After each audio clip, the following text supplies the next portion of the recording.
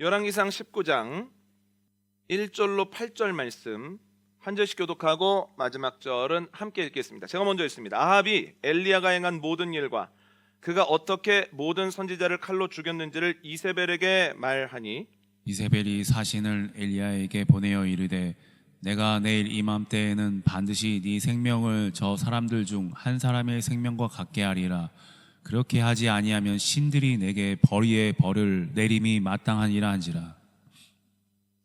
그가 이 형편을 보고 일어나 자기의 생명을 위해 도망하여 유다에 속한 브엘세바에 이르러 자기의 사안을 그곳에 머물게 하고, 자기 자신은 광야로 들어가 하룻길쯤 가서 한 로뎀나무 아래에 앉아서 자기가 죽기를 원하여 이르되 여호와여 넉넉하오니 지금 내 생명을 거두시옵소서. 나는 내 조상들보다 낫지 못하니이다 하고 로뎀나무 아래에 누워 자더니 천사가 그를 어루만지며 그에게 이르되 일어나서 먹으라 하는지라.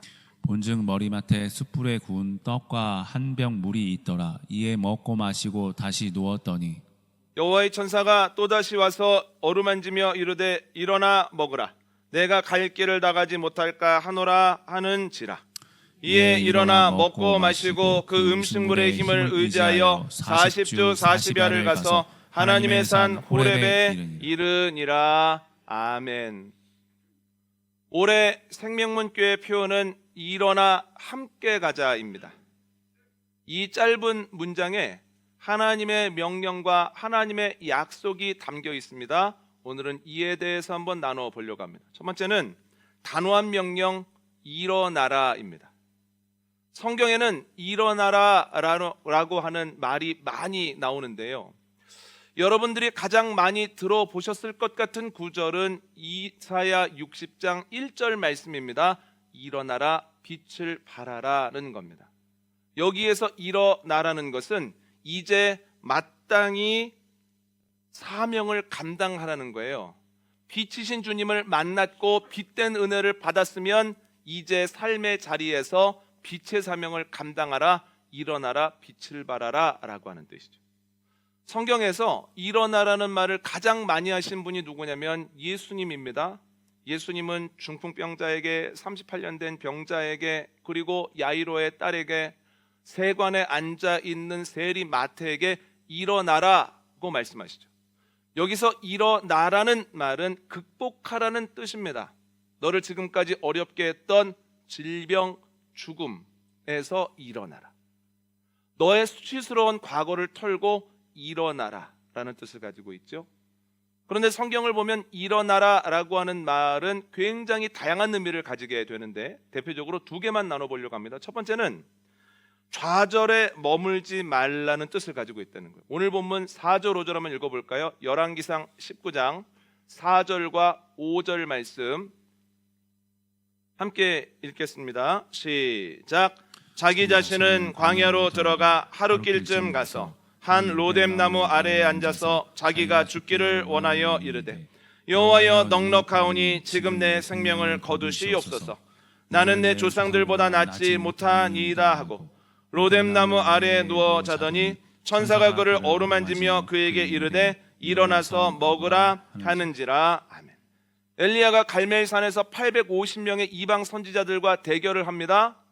승리합니다. 그리고 이스라엘 백성들과 함께 이방 선지자들을 모두 죽입니다. 얼마 지나지 않아서 하나님을 바라보며 기도할 때 손바닥만한 구름을 보고 확신하며 무릎을 꿇었을 때 하나님이 3년 반 동안 닫으셨던 이스라엘의 하늘문을 열어주셨다는 거예요. 아합이 자기가 보고 들은 것을 이세벨에게 전합니다. 그런데 이세벨이 그 말을 듣자마자 이렇게 말합니다. 내가 내일 이맘때까지 반드시 엘리야를 잡아 죽일 것이다. 이 이야기를 엘리야가 듣고 두려워서 남쪽으로 도망가다가 남쪽의 경계를 넘어 광야에 가서 로뎀나무 아래에 널브러져서 하나님께 죽기를 구했다는 거예요. 충분합니다. 이제는 죽었으면 좋겠습니다. 여러분, 엘리야는 신앙의 영웅입니다. 그런데 왜 이럴까요? 그도 우리랑 똑같은 사람이라는 거예요.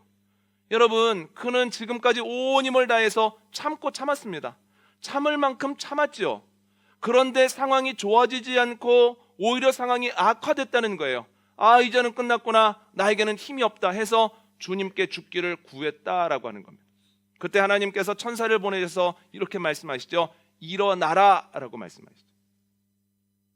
주님께서 일어나라고 말씀하셨을 때 그 의미가 무엇입니까? 네 뜻대로 안 된다고 해서, 예상하지 못했던 큰 일들을 자꾸만 만난다고 해서 좌절과 우울에 머물지 말라는 거예요. 좌절과 우울에 머물지 말고 그 로뎀너무 아래를 떨치고 일어나라 라고 하는 것이 하나님의 말씀이라는 거예요. 그런데 여러분, 오늘 본문을 보면 일어나라 라고 하는 것은 일어나면 어떠냐, 일어나면 좋을 텐데 라고 하는 권유형이 아니라는 거예요. 명령형입니다. 반드시 좌절과 우울을 떨치고 일어나야만 한다라고 말씀하시는 거죠. 여러분, 하나님의 사람은 반드시 좌절과 우울을 떨치고 일어나야 함을 믿습니다. 교우들을 보고 또 기도하면서 마음이 참 아플 때가 많습니다. 지금까지 온 힘을 다해서 견뎠는데 상황이 점점 어려워지고 또 그 짐이 무거워지다 보면 결국 엘리야 같은 모습을 보입니다. 하나님, 이제 충분합니다. 이제 제 목숨을 거두어 가셨으면 좋겠습니다. 살고 싶지 않습니다. 이런 말씀을 하시는 분들이 계시거든요. 그러나 처음부터 끝까지 보셨고 중심까지도 감찰하시는 하나님께서 그에게 이런 말씀을 하시는 겁니다. 내가 다 봤다. 내가 다 알고 있다. 얼마나 힘드냐. 그러나 일어나라. 좌절과 우울에 머물지 말고 좌절과 우울을 떨치고 일어나야만 한다. 일어나서 말씀을 먹고 마셔라. 그리고 가야 되는 길을 걸어가라. 연말부터 여러 가지 어수선한 일들이 있죠. 마음이 무거웠었는데 새해를 앞두고 3일 앞두고 무안에서 들려온 소식을 듣자마자 뭔가 허물어지는 느낌이더라고요. 그때부터 우울감을 느끼고 무기력감을 자꾸 느낍니다. 괜시리 화도 나고 괜시리 이 마음이 계속해서 스윙합니다. 이런 상황 속에서 주님이 어떤 말씀하실까? 동일한 말씀하시지 않겠습니까? 내가 알지. 얼마나 힘들고 어렵겠느냐. 그러나 좌절과 우울에 머물지 말아라. 떨치고 일어나라. 일어나 말씀을 먹고 마셔라. 너의 갈 길을 걸어가라. 여러분, 일어나라고 하는 주님의 명령, 좌절과 우울에 머물지 말라고 하는 주님의 말씀에 순종하는 저와 여러분 복된 새해 되시기를 원합니다. 두 번째는 지금에 머물지 말라는 뜻이 일어나라에 있다는 거예요. 창세기 12장 1절로 3절 한번 읽어볼까요? 창세기 12장 1절로 3절 말씀 한 목소리로 함께 읽도록 하겠습니다. 창세기 12장 1절로 3절입니다. 시작. 여호와께서 아브라함에게 이르시되 너는 너의 고향과 친척과 아버지의 집을 떠나 내가 내게 보여줄 땅으로 가라. 내가 너로 큰 민족을 이루고 내게 복을 주어 내 이름을 창대하게 하리니 너는 복이 될지라. 너를 축복하는 자에게는 내가 복을 내리고 너를 저주하는 자에게는 내가 저주하리니 땅의 모든 족속이 너로 말미암아 복을 얻을 것이라 하신지라. 아멘. 하나님께서 아브람에게 오셔서 말씀하시죠. 너는 고향과 친척과 아버지의 집을 떠나서 내가 보여줄 땅으로 가라. 여기에 일어나라 라고 하는 말이 직접적으로 나오는 것은 아닙니다만 내용을 읽어보면 일어나서 보여줄 땅으로 가라고 하는 말씀이에요. 그럼 여기에서 일어나라 라고 하는 말은 어떤 의미를 가지고 있을까요? 창세기 17장을 보면 하나님께서 99살 된 아브람에게 오셔서 이렇게 말씀하십니다. 이제부터 너의 이름을 아브람이라고 하지 말고 아브라함이라고 해라. 그러니까 하나님이 하란에 있는 아브람에게 찾아가셔서 떠나라고 말씀하셨을 때 하나님의 계획과 목적은 그를 아브람에서 아브라함으로 빚어가시고 변화시켜 가시는 거예요. 그런데 아브람이라고 하는 뜻은 큰아버지라는 뜻입니다. 아브라함이라는 뜻은 많은 민족의 아버지라는 뜻입니다. 그러므로 하나님께서는 아브라함이 큰 아버지에서 머물지 아니하고 많은 민족의 아버지가 되는 것을 바라셨다는 거예요. 그리고 내용을 읽어보면 하나님께서는 아브라함이 세상적인 복을 받는 것에서 머물지 않고 하나님이 주시는 눈에 보이지 않는 영원한 복까지도 누리기를 바라셨다는 거예요. 아브라함이 복을 누리는 사람으로 끝나는 것이 아니라 그를 통해서 수많은 사람들이 복을 누리는 존재가 되기를 바라셨다라고 하는 거죠. 그래서 하나님께서 하란에 있는 아브라함에게 말씀하셨을 때는 지금에 머물지 말고 앞으로 나아가라는 의미를 가지고 있다라고 하는 거죠. 짐 콜린스는 자신의 책 좋은 기업을 넘어 위대한 기업으로에서 이렇게 말합니다. 좋은 것은 위대한 것의 적이다. 이게 뭐냐면 괜찮은 기업이 우리 이 정도면 괜찮아, 이 정도면 잘하고 있어 하고 마음을 놓는 사이에 앞으로 더 나아가지 못한다는 거예요. 앞으로 더 나아가지 못했을 때 언제부턴가는 멈췄다가 계속해서 뒤로 물러다가 도태되어 사라지는 경우가 많더라는 거예요. 짐 콜린스가 관찰을 해보니. 여러분, 실제적으로 기업들을 보면 놀라운 기술을 가지고 있네 하면서 세계를 주름잡는 이들이 있습니다. 그런데 세계를 주름잡고 사람들의 칭찬을 받다가 어떤 순간부터는 우리 이 정도면 괜찮아, 이거 계속 유지하면서 가야 돼 하는 가운데 리더를 관리직으로 바꾼다는 거예요. 분명히 기술이 중요한 기업인데 관리직으로 리더를 바꾸죠. 관리직으로 리더들이 채워지는 가운데에서 지금을 어떻게 유지할 거냐를 계속 고민하는 가운데 멈추고 도태되다가 휘청휘청 되는 기업이 한둘이 아니라는 거예요. 대표적인 경우가 인텔입니다.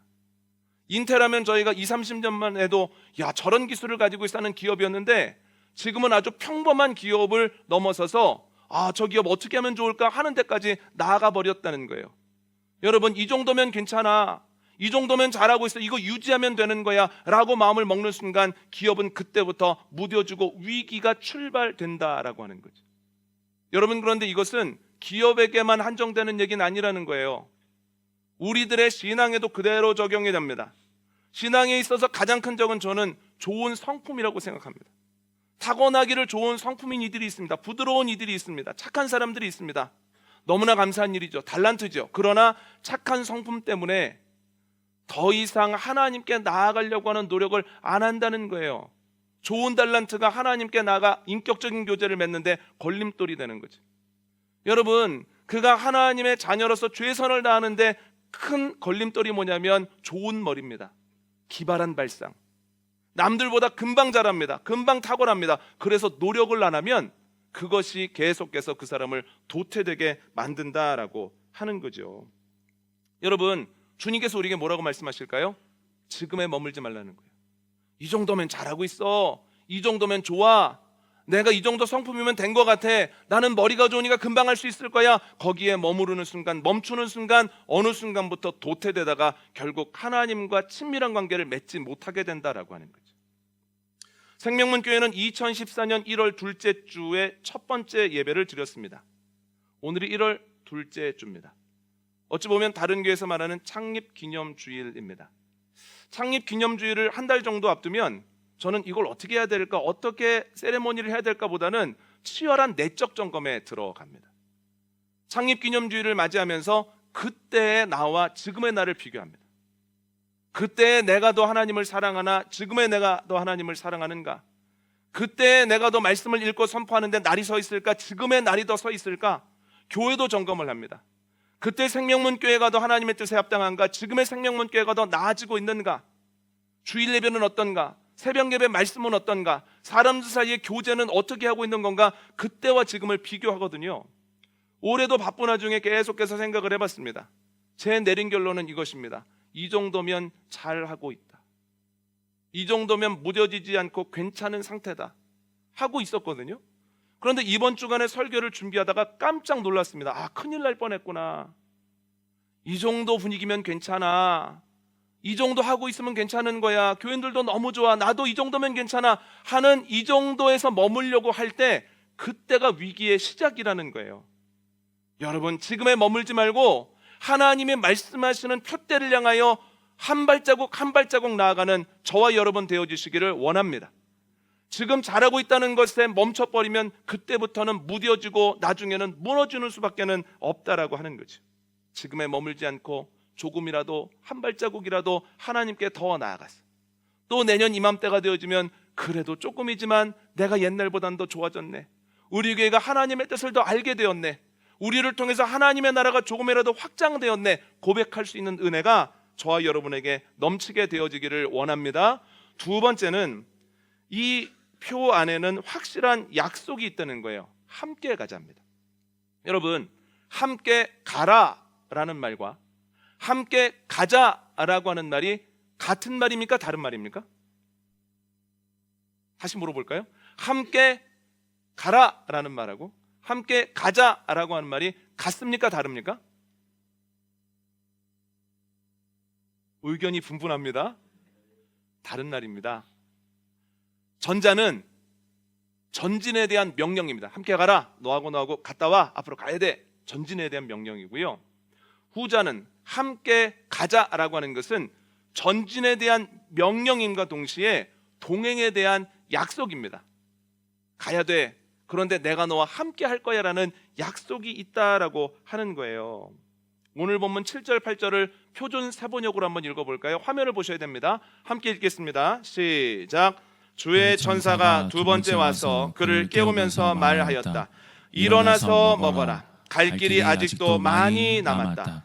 엘리야는 일어나서 먹고 마셨다. 그 음식을 먹고 힘을 얻어서 밤낮 40일 동안을 걸어 하나님의 산인 호렙산에 도착하였다. 아멘. 엘리야가 누워 있을 때 하나님이 천사를 보내서 뭐라고 말씀하십니까? 좌절과 우울에 머물지 말아라. 일어나서 먹고 마셔라. 그리고 네 갈 길을 가라라고 말씀하시죠. 그런데 한 번만 그렇게 하신 것이 아니라는 거예요. 하나님께서 천사를 매일 보내셔서 매번 먹이셨다라고 하는 거예요. 그게 무엇을 의미합니까? 하나님께서 그가 일어났을 때 계속해서 동행해 주시더라는 거예요. 40일 동안 동행하셔서 호렙산에 도착하게 하시고 호렙산에서 동행하시는 가운데 하나님의 뜻을 알게 하시고 호렙에서 각지로 가서 하나님의 사명을 감당할 때도 늘 함께 하시더라는 거죠. 그래서 하나님이 일어나라 가라라고 말씀하실 때는 내가 너와 함께 한다는 약속이 있고 하나님의 말씀에 순종하면 그때부터 동행해 주신다라고 하는 거죠. 그런데 여기서만 그런 거 아닙니다. 창세기 28장 말씀 읽어볼까요? 창세기 28장 13절로 15절입니다.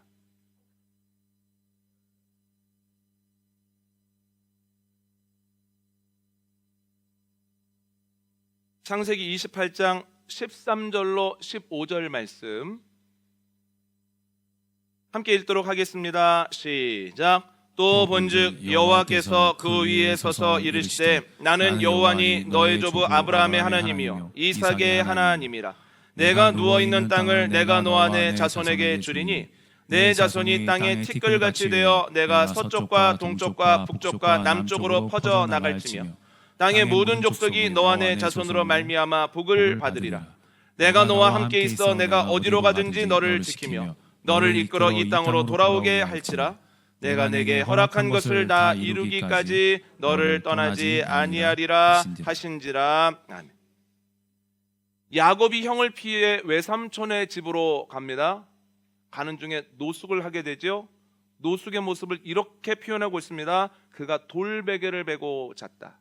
돌베개를 베고 잤다는 것은 아무것도 없다는 뜻입니다. 얼마 전까지 야곱은 아주 부잣집 둘째 아들이었습니다. 남부러울 것 없었습니다.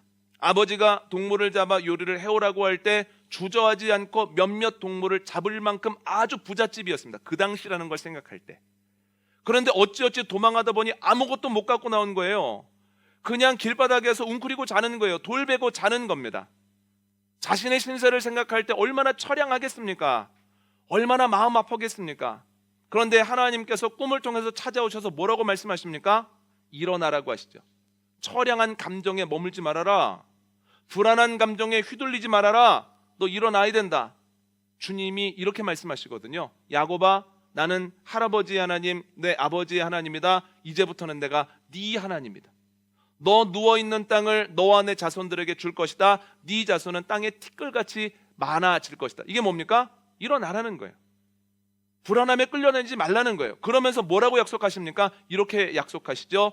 내가 너에게 말한 이 모든 것을 이루기까지 내가 너를 떠나지 아니할 거다. 일어나라고 말씀하시고 떨쳐버리라고 말씀하신 이후에 동행에 대한 약속을 해주셨다라고 하는 거죠. 여러분, 주님께서 우리에게 여러 가지 방법으로 말씀하십니다. 좌절에 머물지 말아라. 우울함에 머물지 말아라. 그리고 무기력감에 끌려다니지 말아라. 일어나야 된다라고 말씀하시죠. 그런데 주님께서 일어나라고 말씀하실 때는 주님께서 우리의 어려움을 알지 못하시기 때문에 그냥 쉽게 하시는 속 편한 말씀이 아니라는 거예요. 우리가 얼마나 연약한지 주님이 우리를 너무나 잘 알고 계시다는 거예요. 여러분, 제가 예전에 시편 1편 말씀을 묵상할 때, 특히 악인은 바람에 나는 겨와 같도다 라고 하는 말씀을 묵상할 때는 내가 악인이 되면 안 되겠다, 바람에 나는 겨와 같으면 안 되겠다라고 하는 것을 생각했거든요. 그런데 이번에는 말씀을 묵상하는데 이런 생각이 났습니다. 악인이 안 되게끔 노력을 해야 되겠지만, 그러나 내가 죄인이기 때문에, 악인이기 때문에 이미 바람에 나는 겨와 같은 행동을 계속해서 반복하고 있구나. 내가 바람에 나는 겨와 같아서 얼마나 나의 심령이 가벼운지, 조금만 잘 되면 상승기류를 타는 겨처럼 금방 우쭐해지고 금방 교만해지는구나. 이걸 표현하느냐 표현하지 않느냐의 차이지 금방 내 심령이 올라가 버리는구나. 그 반대도 마찬가지입니다. 내가 원하는 것이 잘 되지 않으면, 내 예상이 번번이 벗어나게 되어지면 하강기류를 만난 겨처럼 금방 땅바닥에 떨어져 버린다는 거예요. 땅바닥을 굴러다닌다는 거예요. 그래서 낙심하고 좌절하죠. 우리가 얼마나 가벼운 존재인지 주님이 알고 계신다는 거예요. 바람에 나는 겨와 같다는 걸 알고 계신다는 거예요. 그럼에도 불구하고 우리에게 뭐라고 말씀하십니까? 너희 떨치고 일어나야 된다. 좌절도 떨쳐야 되고, 우울도 떨쳐야 되고, 무기력감도 떨쳐야 되고, 두려움도 떨쳐야 된다라고 말씀하시죠. 근데 어떻게 그럴 수 있습니까? 우리는 연약하지만 주님이 동행해 주신다는 거예요. 여러분, 주님이 동행하시니 우리가 떨쳐버려야 되는 것들을 떨쳐버리고 일어나 가야 되는 길을 걸어가게 되어지기를 원합니다. 그런데 좌절을 떨쳐라, 그러면 동행한다 라고 말씀하실 뿐만 아니라 성경을 읽어보면 지금에 머물지 말아라 라고 말씀하신 이후에도 주님이 동행해 주신다는 거예요. 한번 아브라함의 삶을 한번 볼까요? 창세기 12장 7절입니다.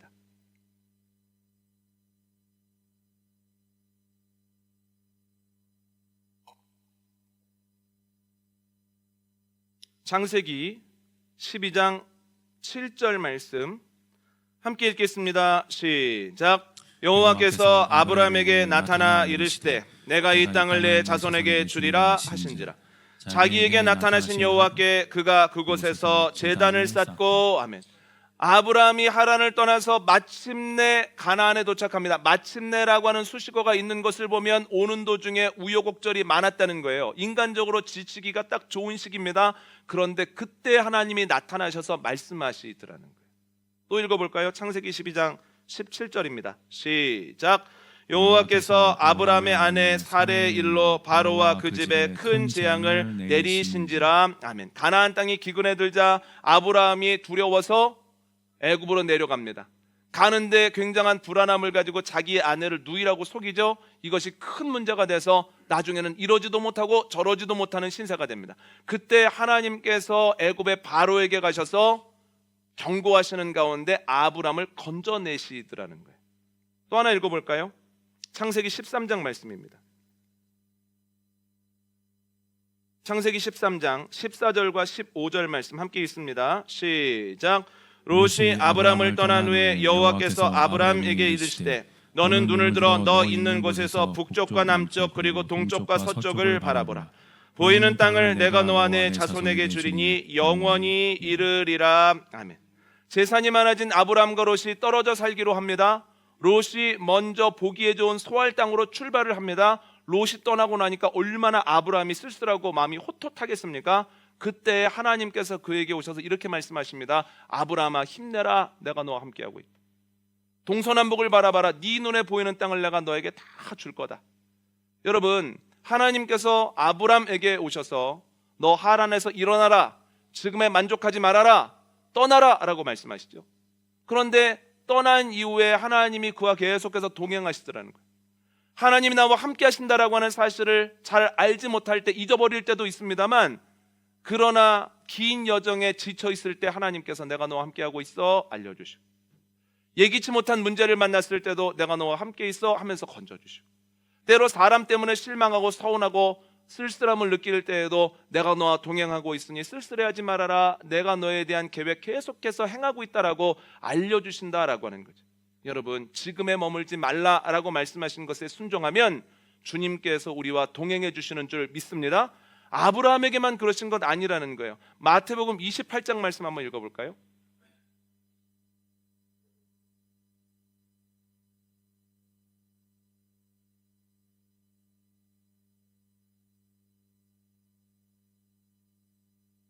마태복음 28장 19절과 20절 말씀, 마태복음 28장 19절로 20절 말씀 함께 읽습니다. 시작.